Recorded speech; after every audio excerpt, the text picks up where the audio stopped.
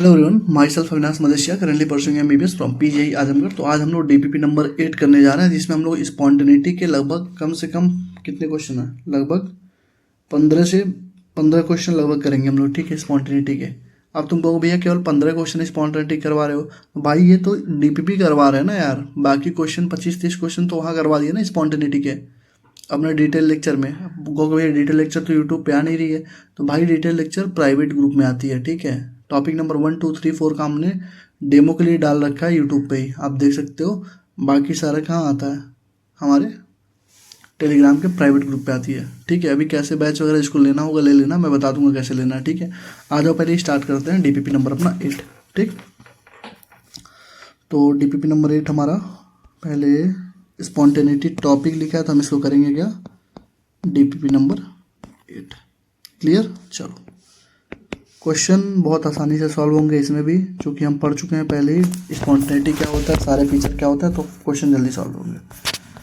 चलो, कह रहा है which of the following reaction is always feasible. कह रहा है कौन सा हमेशा फिजिबल होता है। तो मैंने बोला था ना, फिजिबल मतलब कौन सा हमेशा रिएक्शन पॉसिबल होगा। तो एक मैंने तुमको वो बताई थी कि कुछ ऐसा बता दो, तुमको एक चार्ट बनाया था ना ऐसे, तुमने जब पढ़ा होगा तुमको एक चार्ट ऐसे बना होगा, तो उसमें लिखा होगा कि जब डेल्टा एस निगेटिव होता है और टी डेल्टा एस जब पॉजिटिव होता है, तो डेल्टा जी हमेशा निगेटिव आता है, और वो हमेशा क्या होता है, स्पॉन्टेनियस होता है ऑल टेम्परेचर पे, स्पॉन्टेनियस एट ऑल टेम्परेचर लिखा था। तो ऐसा कोई ऑप्शन चेक करो, ये तो खत्म, delta S negative T delta S negative खत्म, ये भी निगेटिव खत्म, सी हो जाएगा हमारा। मतलब जब डेल्टा एच निगेटिव होगा, टी डेल्टा एस पॉजिटिव होगा और delta H is less than T delta S होगा, तो डेल्टा जी हमेशा निगेटिव आएगा। कैसे आएगा देख लो, डेल्टा जी इक्वल टू होता है क्या, delta H minus T delta S.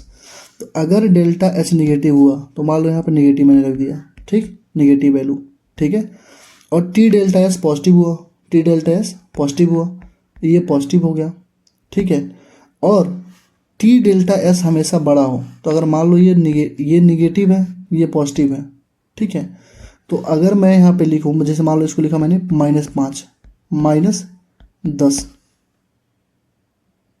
मान लो डेल्टा एच निगेटिव हुआ, मैंने -5 लिख दिया डेल्टा एच को, और माइनस का साइन पहले से ही, और टी डेल्टा एच को मैंने पॉजिटिव रख दिया, तो आंसर कितना आएगा, -15 आएगा। मतलब हमेशा निगेटिव आ रहा है ना, तो डेल्टा जी हमेशा, डेल्टा जी निगेटिव आने का मतलब क्या हो गया कि स्पॉन्टेनियस रिएक्शन है, मतलब फिजिबल रिएक्शन है, फिजिबल रिएक्शन है।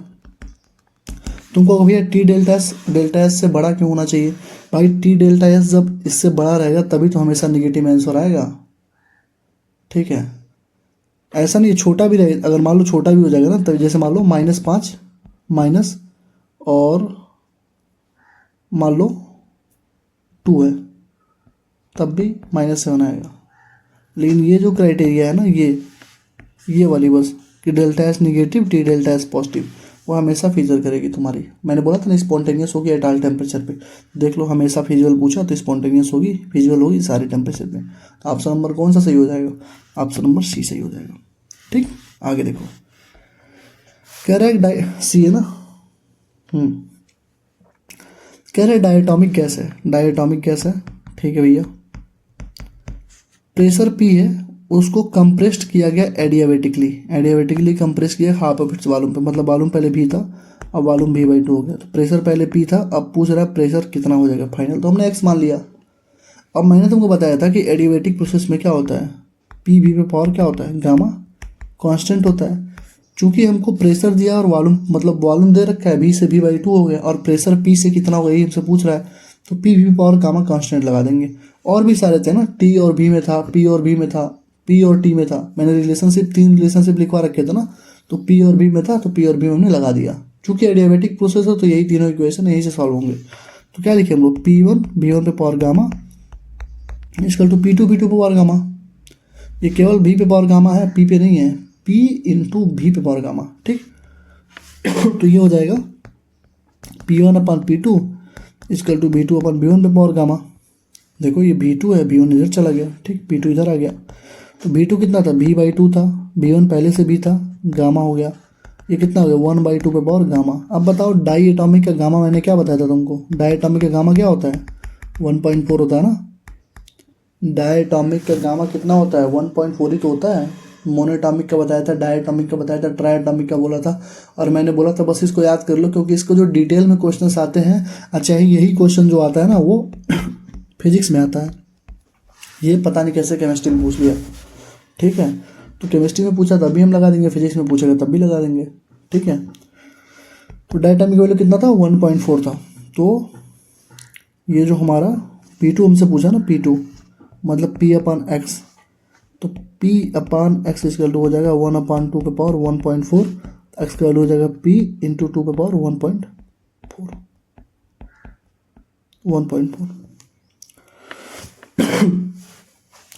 ए हो जाएगा, ए हो जाएगा, ए। ठीक है, कुछ किया नहीं हो भैया, देख लो बस P1 B1 equal to P2 V2 कर दिया हूँ, और बस जो पुट करना था डाटा मैंने पुट कर दिया। गामा का वैल्यू हमको डायटॉमिक दिया, कहोगे डायटॉमिक लिखा कहाँ है, डायमेटिक लिखा भाई क्वेश्चन, मान लो O2 लिखा होता तो O2 ऑलरेडी डायटॉमिक है, तो तुमको गामा का वैल्यू तभी 1.4 लिखना पड़ता। ठीक है, मान लो उसमें हाइड्रोजन लिखा होता तो हाइड्रोजन तुम्हारा क्या सिंगल एटॉमिक है, मतलब मोनो एटॉमिक है, तो तुमको गामा का वैल्यू मोनो एटॉमिक वाली लिखनी पड़ती। मान लो ओजोन लिखा होता, ओजोन का मतलब होता है ट्राई एटॉमिक, मतलब ट्राई एटॉमिक के लिए क्या लिखना पड़ता तुमको, गामा का वैल्यू ट्राई एटॉमिक वाली लिखनी पड़ती। ठीक है, क्लियर है? देखो तीसरा, देखो कह रहा है for a spontaneous process the correct statement is.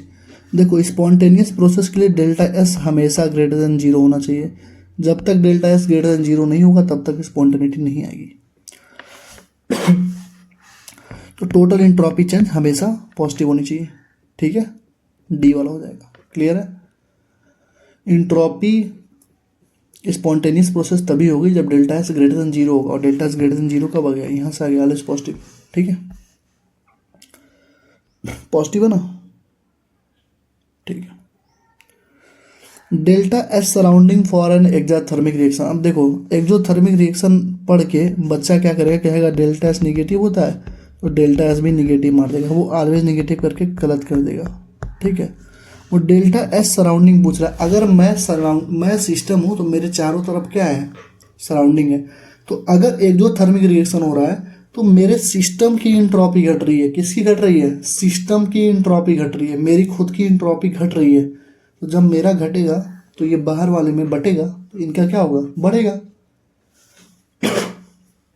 समझ आ रहा है क्या कह रहा हूँ? Delta S surrounding for exothermic reaction पूछ रहा है।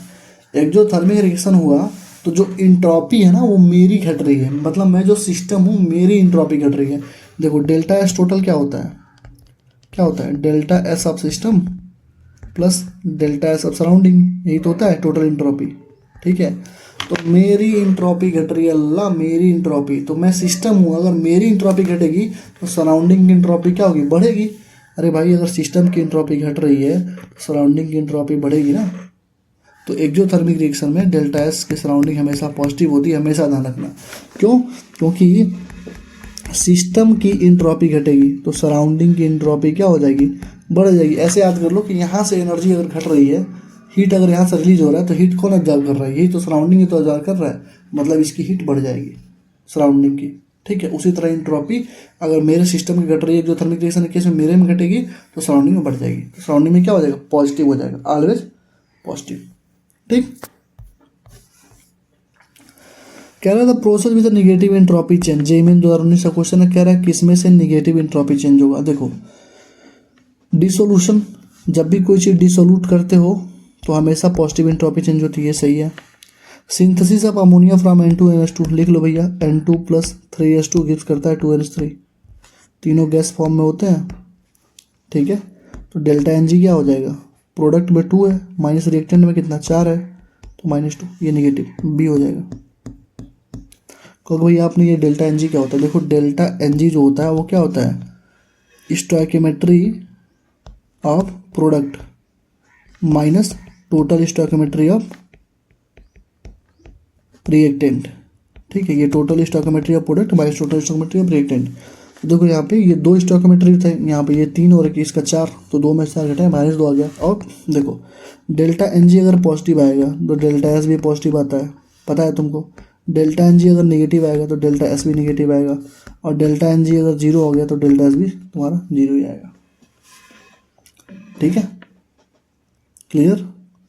तो इस चीज़ का तुम्हें ध्यान रखना है, ठीक है। ये बताया भी था तुमको थ्योरेटिकल पोर्शन पढ़ाते टाइम पे, ठीक है। तो क्या हो जाएगा डेल्टा एन जी निगेटिव, ठीक। For a given reaction delta H कितना दिया बताओ। डेल्टा एच दिया है 35.5 गुणे 10⁻³ जूल, किलो जूल है ना, तो 10⁻³ से मल्टीप्लाई कर लिया। और डेल्टा एच दिया है कितना 83.6। कह रहा है रिएक्शन स्पॉन्टेनियस होगा कौन से टेम्परेचर पे।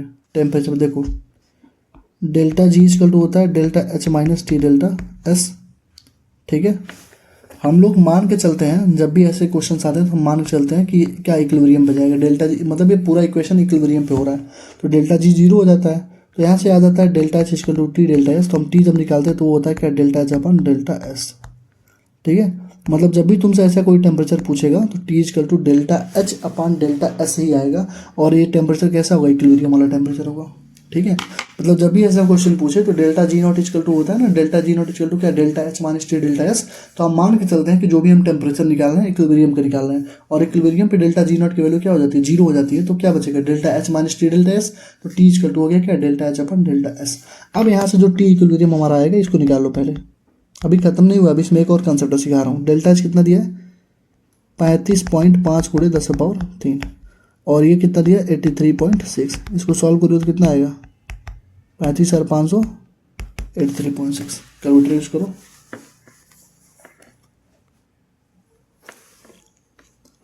35,500 डिवाइड बाई 83.6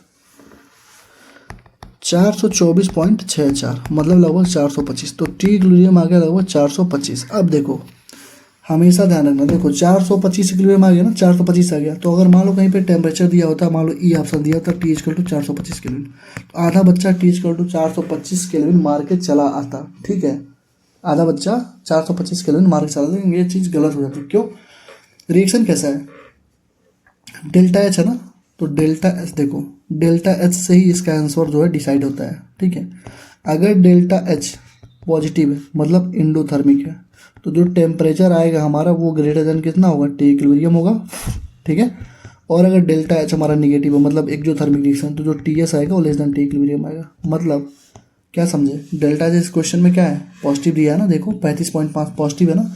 इसका मतलब ये जो टी इक्विलिब्रियम आया है जो हमारा टी जो फाइनल हमारा टी एस होगा एंट्रोपी वाला जो होगा वो ग्रेटर देन टी इक्विलिब्रियम होगा। मतलब टी एस ग्रेटर देन कितना होगा 425 केल्विन होगा। क्यों? क्योंकि 425 हमारा आंसर आया था। तो आंसर क्या हो जाएगा ए हो जाएगा, ठीक। लेकिन अगर यही एक्सोथर्मिक रिएक्शन होता तो ये हमारा आंसर होता डी होता। क्लियर है? इस चीज़ को हमेशा कंसेप्ट की तरह माइंड में बिठा लो कि रिएक्शन एक्सोथर्मिक दिया है कि रिएक्शन इंडोथर्मिक दे रखा है, ठीक है। क्लियर है?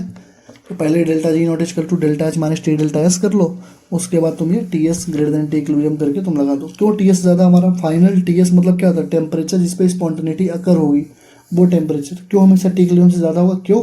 क्योंकि इंडोथर्मिक रिएक्शन है। एक्सोथर्मिक होता तो टी एस जो आता हमारा वो लेस देन 425 आता, ठीक। तो लेस देन, ठीक है। कह रहा the correct thermodynamic condition for the spontaneous reaction. Spontaneous reaction at all temperature, फिर से मैं तुमको बता दूं सारे टेम्परेचर पे स्पॉन्टेनियस के लिए डेल्टा एस निगेटिव होता है और डेल्टा एस जो होता है क्या पॉजिटिव होता है। Delta H negative delta S positive, delta H negative delta S positive, ठीक है। चलो आगे बढ़ने से पहले बैचेस के बारे में थोड़ा डिस्कशन कर लूँ कौन कौन से बैच हमारे हैं, उसके बाद हम लोग स्टार्ट करते हैं, ठीक है। तो बैचेस के बारे में 2-3 मिनट की क्लिप चली, आप लोग देख लो, जो बच्चे नहीं लिए हैं बैच अभी ले लो, ठीक है।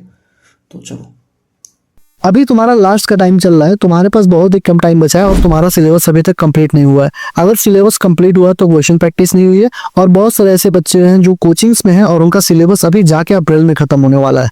तो तुम डिटेल से तो सारे लेक्चर कंप्लीट करके अपना सिलेबस कर नहीं पाओगे। तो तुम्हारे पास बस मात्र एक लास्ट और आखिरी ऑप्शन बचता है कि तुम कुछ सिलेक्टेड टॉपिक्स को करके जाओ। सिलेक्टेड टॉपिक्स कहने का मतलब ये है कि तुम 10 टॉपिक 20 टॉपिक 30 टॉपिक ना करो, 10 टॉपिक 20 टॉपिक 30 टॉपिक से कभी भी 100 नंबर 150 नंबर के क्वेश्चंस नहीं आते। वो बस तुम्हें मूड बनाने के लिए एक जरिया होता है। अगर मैं तुमसे बोलूं कि अगर तुम 80 इंपॉर्टेंट टॉपिक फिजिक्स में और 80 इंपॉर्टेंट टॉपिक केमिस्ट्री में और 90 से 95 इंपॉर्टेंट टॉपिक अगर तुम बायो में करके जाओगे तो तुम्हारे 80 to 90% मार्क्स कवर हो जाएंगे। मतलब फिजिक्स में अगर तुमने 80 इंपॉर्टेंट टॉपिक किया तो तुम्हारे अराउंड 120 के ऊपर ही नंबर आएंगे और पेपर चाहे कैसा भी हो आने ही आना है, क्योंकि नीट 2023 में 152 नंबर के क्वेश्चंस आए थे, नीट 2024 में 188 आउट ऑफ 200 आए थे, और नीट 2025 में 136 नंबर के क्वेश्चंस तुम्हारे 18 इंपॉर्टेंट टॉपिक से आए हुए हैं फिजिक्स में। केमिस्ट्री में इस बार हम लोगों ने जो लॉन्च किया है 140 की गारंटी, 140 के आएंगे ही आएंगे। तो मैं आज अपने बैचेस के बारे में बताने जा रहा हूँ कि कैसे तुम इन बैचेस को लेके अपने नंबर को बूस्ट कर सकते हो और बाकी बच्चों से आगे निकल सकते हो। तो हमारा सबसे पहला जो बैच होता है, सबसे पहला जो हमारा बैच है 80 इंपॉर्टेंट टॉपिक फिजिक्स की है, और 80 इंपॉर्टेंट टॉपिक जो फिजिक्स की बैच है उसका जो की फीचर है वो यही है कि सबसे पहली बात ये 60 घंटे में कंप्लीट हो जाएगा, और अराउंड 6000 से ज्यादा क्वेश्चन इसमें कराए गए हैं। नीट 2023 में 152, नीट 2024 में 188 और नीट 2025 में 136 नंबर के क्वेश्चन आए हुए हैं। सबके प्रूफ वीडियो पड़े हुए हैं यूट्यूब पे, आप जाके देख सकते हो। और नीट 2025 में अगर मैंने बस फॉर्मूले ले लिए होते कि एक फॉर्मूले से ये क्वेश्चन बन रहा था, तो अराउंड 156 नंबर के क्वेश्चन आए हुए हैं। ठीक, आपको प्रूफ वाली वीडियो देखनी है तो आप ये वीडियो देखो, ये वीडियो देखो जाके यूट्यूब पे। 188 मार्क का मैंने प्रूफ दे रखा है। आई क्विट जो मैंने वीडियो डाली है वो जो है नीट 2025 के फिजिक्स का प्रूफ है। ठीक, और एमआर सर ने जो 80 इंपॉर्टेंट टॉपिक डाली थी उससे बड़ा प्रूफ क्या लोगे? एमआर सर ने जो 80 इंपॉर्टेंट टॉपिक की लिस्ट पिछले साल डाली थी वही सारे टॉपिक हम लोग नीट 2023, 24, 25 में करते हुए आ रहे हैं। ठीक है, एमआर सर की जो टॉपिक की लिस्ट है मैं तुम्हें अभी टेलीग्राम चैनल पे डाल दूंगा, टेलीग्राम का लिंक डिस्क्रिप्शन में ज्वाइन कर लेना। ठीक है, ये 80 इंपॉर्टेंट टॉपिक का जो प्लेलिस्ट हमारे चैनल पे, यहाँ पे 10 वीडियोस फ्री ऑफ कॉस्ट रखी गई हैं, जाके आप डेमो ले सकते हो। ठीक है, इसमें आपको नोट्स, डेली में नोट्स मिलेंगे, ब्लैंक पीडीएफ मिलेगा, सॉल्यूशन वाली पीडीएफ भी मिलेगी, रिवीजन क्वेश्चन प्रैक्टिस भी लास्ट में कराई गई है, मतलब 2000 से ज्यादा क्वेश्चन कराएंगे, मतलब टोटल 6000 ग्राउंड क्वेश्चन कराए हैं। और डेली डीपीपी भी होगी जिसमें 15+ क्वेश्चन होंगे विद वीडियो सॉल्यूशन के साथ। आपको ये चीज करके जानी है। ठीक, इसकी प्राइस कितनी थी? 500 रुपए प्राइस है नए बच्चों के लिए, पुराने बच्चों के लिए 300 रुपीज प्राइस है। लेना कैसे? 7307528981 पे आपको व्हाट्सएप करना है, मैसेज करना है भैया बैच चाहिए, क्यूआर जाएगा, क्यूआर पे पे करके स्क्रीनशॉट देंगे तो आपको ऐड कर दिया जाएगा। ठीक, दूसरा हमारा 80 इंपॉर्टेंट टॉपिक केमिस्ट्री का बैच है जो हमने इस साल लॉन्च करी है। इसमें जो है हम क्या करेंगे, सीक्वेंस क्या होगा, गारंटीड 140 नंबर के क्वेश्चन यहाँ से आएंगे, नोट्स मिलेंगे, टिप्स ट्रिक्स और एक्सेप्शन सारे करा दिए जाएंगे। एनसीईआरटी के सारे क्वेश्चन, उस टॉपिक से रिलेटेड जितने क्वेश्चन एनसीईआरटी होंगे, चाहे in text, example, exercise, example का single correct, multiple correct, NEET का पीवाईक्यू और जेईई के पीवाईक्यू सारे हम लोग कराएंगे। ठीक है, डेली डीपीपी आपको मिलेगा 15 क्वेश्चन के वीडियो सोल्यूशन के साथ, और डेली 1 लेक्चर मिलेगा, मतलब 1 घंटे के लेक्चर होंगे, बाकी 4 से 5 घंटे, मतलब आप 5 घंटे केमिस्ट्री को अगर पढ़ रहे हैं तो 1 घंटे आप हमको देंगे, 4 घंटे क्या करना है आप समझिए, आपका काम समझेगा। ठीक, आपको रिवीजन करना है, क्वेश्चन प्रैक्टिस करना है, और तांग का पार्ट 2 पार्ट 3 आप कर सकते हो। ठीक है, इसकी प्राइस हम लोग ने की 250 रुपए। लेने के लिए फिर से वही प्रोसेस है, आपको 7307528981 पे आपको मैसेज करना है, व्हाट्सएप करना है। व्हाट्सएप करेंगे तो क्यूआर जाएगा, क्यूआर पे आपको पे करके स्क्रीनशॉट देना है, आपको ऐड कर दिया जाएगा। ठीक, तीसरा जो हमारा बैच है पेड बैच है अवतार सीरीज का पार्ट 3 है। एग्जैक्ट क्वेश्चन नीट 2022, 23, 24, 25 में एग्जैक्ट क्वेश्चन आ रहा है में इस बैच से, क्योंकि होल एनसीईआरटी हम लोगों ने करा दी है। पूरी की पूरी एनसीईआरटी के क्वेश्चन, पहले पूरी एनसीईआरटी पढ़ाई, फिर एनसीईआरटी का in text, example, exemplar, single grade, multiple grade, पूरा एक्सरसाइज, सारे क्वेश्चन कराने के बाद नीट के 40 साल के पीवाईक्यू, उसके बाद जेईई, ट्रिपल और एम्स के सारे क्वेश्चन रीजन स्टेटमेंट बेस्ड वाले सबने हमने करा लिया। ठीक है, पार्ट 1 पार्ट 2 जो है इसका वो आपको 80 इंपॉर्टेंट टॉपिक में कवर हो जाएगा। जो आप 80 इंपॉर्टेंट टॉपिक बैच के बारे में ऊपर बताया है वो आपका इसमें कवर हो जाएगा। लेकिन जो पार्ट 3 है जिसमें एम्स, ट्रिपल और जेईई के क्वेश्चन के बारे में मैंने बता रखा है, 100 से 150 क्वेश्चन जो है रीजन स्टेटमेंट बेस्ड वाले हैं, उसको आपको लेना ही लेना है। क्योंकि आप ये लोगे तो आप होल सिलेबस रिवाइज हो जाएगा क्वेश्चंस के थ्रू। इसके भी 2 वीडियो हम लोगों ने फ्री ऑफ कॉस्ट डाल रखा है, पीरियोडिक टेबल और केमिकल बॉन्डिंग का, आप जाके चेक कर सकते हो। तो की फीचर इसका यही है कि अगर आपने 80 इंपॉर्टेंट टॉपिक केमिस्ट्री का और अवतार का पार्ट 3 कर लिया तो गारंटेड 180 आउट ऑफ 180 कुछ नंबर के क्वेश्चंस आएंगे ही आएंगे, और प्रूफ आपको 2 दिन नीट के बाद जैसे हम लोग हर साल देते हैं वैसे आपको मिल जाएगा। ये देखिए, इसमें black PDF, annotation PDF, NCERT line by line mark PDF with year wise marking, किस साल में किस लाइन से कौन सा क्वेश्चन है वो भी मिलेगा आपको। ठीक है, और साथ में आप क्वेश्चन देखिए, किसी भी क्वेश्चन के साथ पूरा रिवीजन करा दिया, किसी भी क्वेश्चन के साथ पूरा वो टॉपिक ही रिवाइज करा दिया गया, किसी भी क्वेश्चन के साथ पूरा टॉपिक ही रिवाइज करा दिया गया है। ठीक है, इसकी भी फीस जो हमने रखी थी 250 रखी थी। ठीक है, 250 इसकी फीस है, और लेने के लिए सेम आपको फिर से वही सेम चीज करना पड़ेगा, मैसेज करना पड़ेगा उस नंबर पे। ठीक है, और 2 वीडियो हमने फ्री ऑफ कॉस्ट डाल रखी है, आप जाके एक बार डेमो लो कैसे रिवीजन कराई जाती है। इस तरीके का वीडियो, इस तरीके का रिवीजन आपको पूरे यूट्यूब पर किसी ने नहीं कराया, गारंटीड बोल रहा हूँ, आप जाके देखना। ठीक है, सारे के सारे वीडियो, 2 वीडियो फ्री है, बाकी सारे प्राइवेट टेलीग्राम ग्रुप पे 250 रुपए इसकी फीस है। और 80 इंपॉर्टेंट टॉपिक केमिस्ट्री की और अवतार का पार्ट 3 अगर आप दोनों साथ में लेते हो तो 450 में आपको ये मिल जाएगा। ठीक है। तो इतनी सारी हमारे पेड बैचेस हैं और गारंटी बोल रहा हूँ फ्री में 120 नंबर के ऊपर क्वेश्चन आएंगे ही आएंगे। केमिस्ट्री में 140 के ऊपर आएंगे ही। केमिस्ट्री 18 इंपॉर्टेंट टॉपिक प्लस अवतार, अगर किसी ने पार्ट 3 कर लिया तो 180 आउट ऑफ पॉलिटी गारंटी हमारी है। Same to same exact ditto question की गारंटी हमारी है। ठीक है, थैंक यू। वीडियो में ऐड होता है। आई होप कि तुम लोगों ने वीडियो देख ली होगी। चलो आ जाओ। ये रिएक्शन देखो, ये जो क्वेश्चन है ना, कहाँ गया इसका, सही था ना, सही था। ये कह रहा है रिएक्शन अगर स्पॉन्टेनियस, देखो कोई भी रिएक्शन स्पॉन्टेनियसली तभी अकर करेगा जब डेल्टा जी इक्वल टू होता है delta H minus T delta S, मतलब ये डेल्टा जी निगेटिव आ जाए। ठीक है, पहला ऑप्शन चेक करो, both delta H and delta S S positive. अगर ये पॉजिटिव है, मान लो ये 5 है, ठीक है, और कह रहा है डेल्टा एच ज़्यादा है टी डेल्टा एस से, मतलब ये 5 है ये 3 है। बताओ 5 माइनस 3 कितना आ गया, 2 आ गया, प्लस माइनस और आ गया ना, मतलब कभी भी स्पॉन्टेनियस होगा ही नहीं। क्लियर, जो दे रहा है बस उसको पुट करेंगे। ठीक, कह रहा है टी डेल्टा एस ज़्यादा है डेल्टा एस से, delta H positive delta S नहीं। डेल्टा एच को मान लेते हैं 5,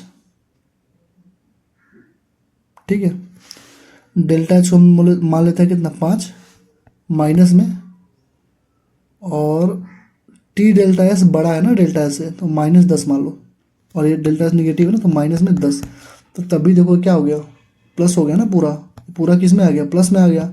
ये भी तुम्हारा खत्म हो गया। अरे भाई 5 minus minus minus into minus क्या हो गया, प्लस हो गया ना, माइनस इंटू माइनस प्लस ही तो हुआ यार, तभी तभी पॉजिटिव आ गया, तो गलत हो गया ना, ये तुम्हारा बी भी गलत हो गया, हमको निगेटिव चाहिए। तीसरा देखो, both delta H and delta S are positive, delta G equal to delta H minus T delta S, मतलब ये भी पॉजिटिव ये भी पॉजिटिव, और टी डेल्टा एस ज़्यादा है, मतलब अगर ये 5 है तो ये माइनस करेंगे तो ये मान लो 10 है, तो आंसर कितना है -5, मतलब सी आंसर आ गया, सी आंसर हो जाएगा। हमको बस चेक करना है कि किस में डेल्टा जी निगेटिव आ रहा है, और डेल्टा जी निगेटिव तुमने देख लिया होगा किस में आ रहा है, सी में ही आ रहा है। क्यों, क्योंकि डेल्टा एस दोनों पॉजिटिव है, तो मान लो मैंने एक को 5 मान लिया, एक को 10, मैंने 10 क्यों माना टी डेल्टा एस को, क्योंकि T delta S greater than delta S दे रखा है, तो मैंने 10 मान लिया। तो मान लो 5 माइनस जब 10 करेंगे तो -5 ही तो आएगा, तो -5 ऑलरेडी हमको पता है क्या है, निगेटिव वैल्यू है। कह रहे थे स्पेसीज बाय विच डेफिनेशन है zero standard molar enthalpy of formation. देखो जीरो स्टैंडर्ड मोलर एंथैल्पी वाली जो कंडीशन होती है उसमें क्या होता है, कौन कौन से जीरो होते हैं, जैसे मान लो ये CH4 तो कंपाउंड है, तो ये दोनों तो होगा नहीं, H2O भी कंपाउंड है, ये भी नहीं होगा। ठीक है, एलिमेंट के लिए होता है, ये Br2 है, ये Cl2, बताओ कौन सा स्टैंडर्ड फॉर्म में है, कहोगे भाई ये Br2 गैस, नहीं भाई Br2 लिक्विड में होता है स्टैंडर्ड फॉर्म में, तो ये भी गलत हो गया, मतलब बी होगा। Cl2 दिया है क्या, सही दिया ना। अरे भाई standard molar enthalpy of formation का मतलब होता है कि स्टैंडर्ड कंडीशन पे, स्टैंडर्ड टेम्परेचर एंड प्रेशर पे जो मोलर जो भी बन रहा हो, जो एलिमेंट होता है वो नेचुरल स्टेट में वो जीरो होता है, उसकी स्टैंडर्ड हीट फॉर्मेशन क्या होती है, जीरो होती है। कब, जब वो अपने स्टैंडर्ड फॉर्म में होता है। तो Br2 है, H2O है, ये शायद क्वेश्चन तुमको दिया नहीं होगा, तो फिर सेकेंड थर्ड लास्ट थर्मोडायनामिक्स में पढ़ाई जाएगी। ठीक है, या फिर मैंने पढ़ाया भी होगा, देख लेना एक बार। ठीक है, स्पेसीज बाय विच डेफिनेशन है zero standard molar enthalpy of formation. तो भैया molar enthalpy of formation 298 kelvin पे जब जीरो हो रहा है, जीरो किस में होता है, जो नेचुरल स्टेट में होता है, एलिमेंटल स्टेट में होता है। नेचुरल स्टेट में कौन है यहाँ पे, Br2 और Cl2 है, जबकि Br2 लिक्विड में होता है नेचुरल स्टेट में, इसलिए Br2 आंसर नहीं होगा, क्योंकि Br2 गैसियस में दे रखा है। ठीक है, और ये सारी चीज़ें तुम्हारे काम आएंगी जब हम लोग थर्मोकेमिस्ट्री के क्वेश्चन कर लगाएंगे टॉपिक नंबर 9 में। ठीक, अभी लगा चुके होंगे। ठीक है ना यार, 9 का ठीक है। कह रहा है endothermic is reaction is non spontaneous. सबसे पहले नॉन स्पॉन्टेनियस है, मतलब डेल्टा एस क्या आ गया, सॉरी नॉन स्पॉन्टेनियस है। ठीक है, non spontaneous at freezing point of water. Freezing point of water मतलब क्या है, टेम्परेचर लो है। अब देखो टेम्परेचर जब लो था तो नॉन स्पॉन्टेनियस किस कंडीशन में आ रहा था, नॉन स्पॉन्टेनियस किस कंडीशन में आ रहा था बताओ। अरे यार जब डेल्टा एच और डेल्टा एस दोनों हमारे पॉजिटिव थे, डेल्टा एस दोनों तो हमारे पॉजिटिव थे। कहो भैया कैसे लगवा दे रहे हो, भाई तुम लेक्चर तो पढ़ो, तुमको ये वाली चार्ट मैंने क्यों बनवा के रखी थी, यहाँ पे 6 लिखा था ना, 3 4 5 6, उसमें वही तो लिखा था, कब प्लस होगा माइनस होगा तो डेल्टा जी क्या होगा, किस टेम्परेचर पे होगा, कब माइनस प्लस होगा तो डेल्टा जी कब किस टेम्परेचर पे होगा। ठीक है, इसका बी हो जाएगा क्या, बी सही है। डेल्टा एच और डेल्टा एच दोनों दोनों पॉजिटिव होंगे। ठीक है, डेल्टा एच दोनों हमारे क्या होंगे, पॉजिटिव होंगे। लो टेम्परेचर पे नॉन स्पॉन्टेनियस का ही कंडीशन था यार। तुमको रुक जाओ, डीपीपी नंबर 8 है ना, टॉपिक नंबर 8, टॉपिक नंबर 8 तुमको दिखाता हूँ, टॉपिक नंबर 8 खोल के।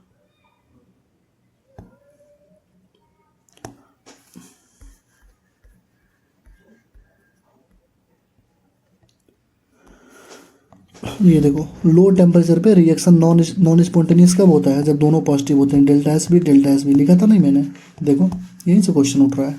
ठीक है, बाहर से कोई क्वेश्चन नहीं करवा रहा हूँ। ठीक है,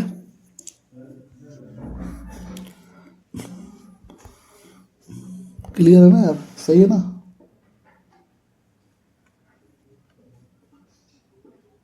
दस का बी, 10 का बी सही है। चलो 11वां देखो, कह रहा है कौन सा स्पॉन्टेनियस एडजॉर्प्शन के लिए सही है। तो भैया देखो, इस एडजॉर्प्शन मान लो यहाँ पे पार्टिकल दूर दूर थे, एडजॉर्ब हो गए तो अब पास पास आ गए, मतलब ये एस घट गया सबसे पहली चीज़। तो मतलब एस क्या हो जाएगा, निगेटिव हो जाएगा पहली चीज़। तो एस इस पॉजिटिव जहाँ जहाँ पे सारा काट दो। ठीक, अब बचा ए और बी। अब स्पॉन्टेनियस के लिए हमको मालूम है डेल्टा जी इक्वल टू होता है delta H minus T delta S. ठीक है, एस हमारा निगेटिव आ गया, मतलब एस हमारा निगेटिव आ गया। इसका मतलब क्या हो गया, मान लो ये माइनस टी इंटू 10 में मान लेता हूँ स्पॉन्टेनिटी को। मतलब ये डेल्टा एच, अगर हमको डेल्टा जी निगेटिव चाहिए तो हमको डेल्टा एच क्या करना पड़ेगा, इससे ज़्यादा निगेटिव रखना पड़ेगा, तभी तो आंसर निगेटिव में आएगा, नहीं तो प्लस में आंसर आ जाएगा। ठीक है, मतलब हमको क्या रखना पड़ेगा, जैसे डेल्टा एच को मैं -15 रख दूँ तो -10 कितना आएगा, -25 आ जाएगा। मतलब हमें क्या करना है, सिंपल सी बात है, डेल्टा एच को ज़्यादा निगेटिव रखना है ताकि डेल्टा जी हमारा क्या आ जाए, निगेटिव आ जाए। तो डेल्टा एच को हमको मोर निगेटिव रखना पड़ेगा। तो डेल्टा एच निगेटिव और डेल्टा एच निगेटिव, मोर निगेटिव, हाईली निगेटिव होनी चाहिए। बी, बी,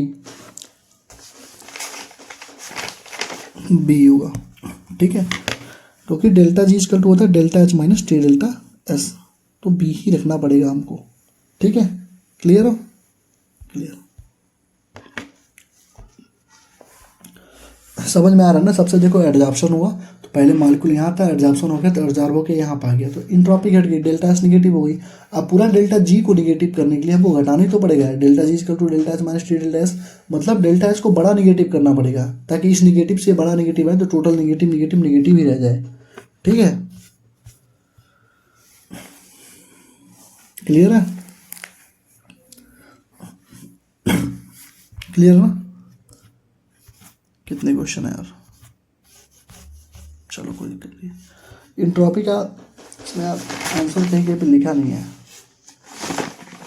टॉपिक 27, 28, 29 स्टार्ट हो गया, अभी तक लिखा ही नहीं कुछ इसमें, यहाँ पर भी नहीं लिखा था। चलो कोई बात नहीं।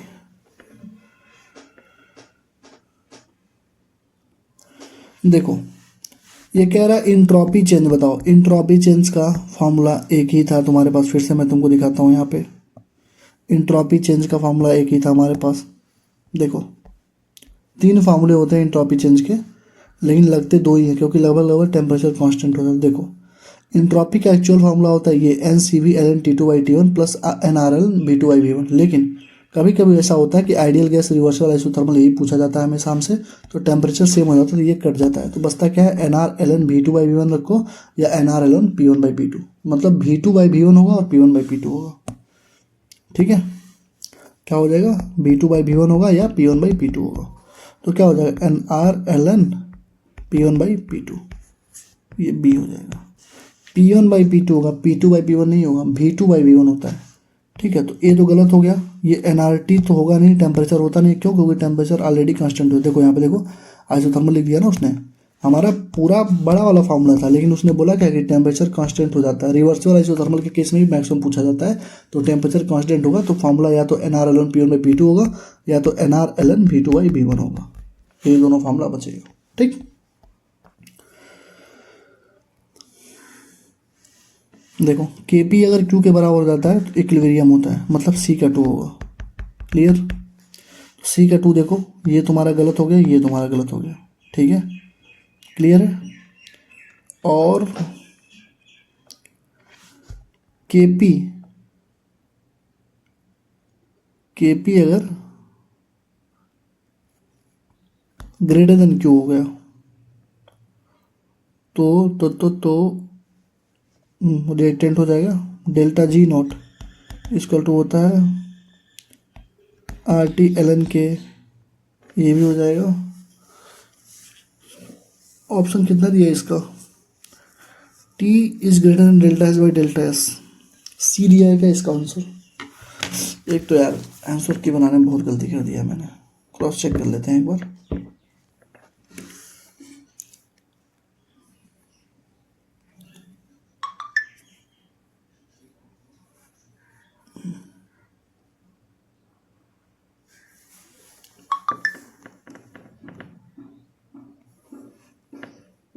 सी ही दिया है, बोला हूँ सी दिया होगा, ठीक है। आंसर की जानते हो, क्वेश्चन नंबर 11 12 तक ही बनाया है आंसर की, उसके बाद मैंने सीधे आंसर की बना दिया डीपीपी नंबर 26 की, क्योंकि मुझे घर भी जाना है तो मुझे जल्दी जल्दी करवाना पड़ रहा है। तो 26 27 28 29 जो है टॉपिक और डीपीपी मैंने पहले ही कर रखी है, ठीक है, क्लियर है, ठीक है।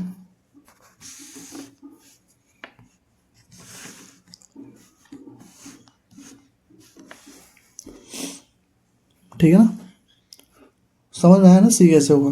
अरे ये जो डेल्टा जी है बाबू, ये देखो जो delta G less than R T L N Q है ना, इसको सॉल्व करोगे तो डेल्टा जी पॉजिटिव आ जाएगा। डेल्टा जी पॉजिटिव का मतलब क्या होगा, नॉन स्पॉन्टेनियस होगा, तो बी का तुम्हारा ए, बी का ए आंसर होगा, बी का ए होगा नॉन स्पॉन्टेनियस, तो इसीलिए हो गया। और ये जो टी डेल्टा एच एस है तुम्हारा, T sorry T greater than जो डेल्टा एच अपन एस है, अभी मैं तुमको बताया हूँ स्पॉन्टेनियस होगा किसके केस में, जब इंडोथर्मिक रिएक्शन होगा। मैंने बोला ना जब टी क्या होगा, टी जो एस हमारा आता है वो ग्रेटर देन टी इक्विलिब्रियम आएगा, कब, जब इंडोथर्मिक रिएक्शन होगा। अभी जस्ट इसके ऊपर तुमको क्वेश्चन करवाया था मैंने, ये वाली, इसी को देख के मैंने सॉल्व किया है, डी को 3 यही देख के मैंने सॉल्व किया है, ठीक है। Which of the following statement regarding entropy is correct, तो भैया इंट्रॉपी के लिए अब्सोलूट जीरो टेम्परेचर पे entropy of perfect crystalline substance, ये सही है सी, ठीक है। ऑल क्रिस्टलाइन सब्सटेंस नहीं होता है, perfect crystalline substance is taken to be zero, perfect crystalline होना चाहिए, क्लियर है, क्लियर, सही है ना। चलो ये क्वेश्चन का तुम लोग क्या करना, आंसर जो है ना कमेंट सेक्शन में लिखना। तो ये क्वेश्चन ऐसा नहीं मैंने करवा नहीं रखा है, ये क्वेश्चन ऑलरेडी करवाया जा चुका है, तो इस क्वेश्चन का आंसर ज़रा आप लोग कमेंट में लिख दीजिए, तो ठीक है, क्लियर है, करवाया जा चुका था भाई। एनर्जी भी निकले बढ़े भी वही आंसर होगा, ठीक है, एनर्जी निकले बढ़े भी वही आंसर होगा। अब समझ जाओ कौन सा आंसर होगा चारों में, ठीक है। ये करवाया जा चुका है, बस तुम कमेंट सेक्शन में लिख देना भैया ए होगा कि बी होगा कि सी होगा कि डी होगा। डिक्रीजिंग ऑर्डर वाले तो भैया कभी होना ही नहीं है, क्योंकि स्पॉन्टेनियस रिएक्शन है, तो स्पॉन्टेनियस रिएक्शन में रैंडमनेस बढ़ती है, तो या तो आंसर 1 होगा या तो आंसर सी होगा। अब बता दो ए होगा कि सी होगा, ठीक है, ऑलरेडी करा चुका हूँ, ठीक है। तो thank you, all the best. Videos की लेंदी हो गई क्योंकि क्वेश्चन ज़्यादा थे, ठीक है ना। Thank you, all the best, पढ़ाई करते हुए।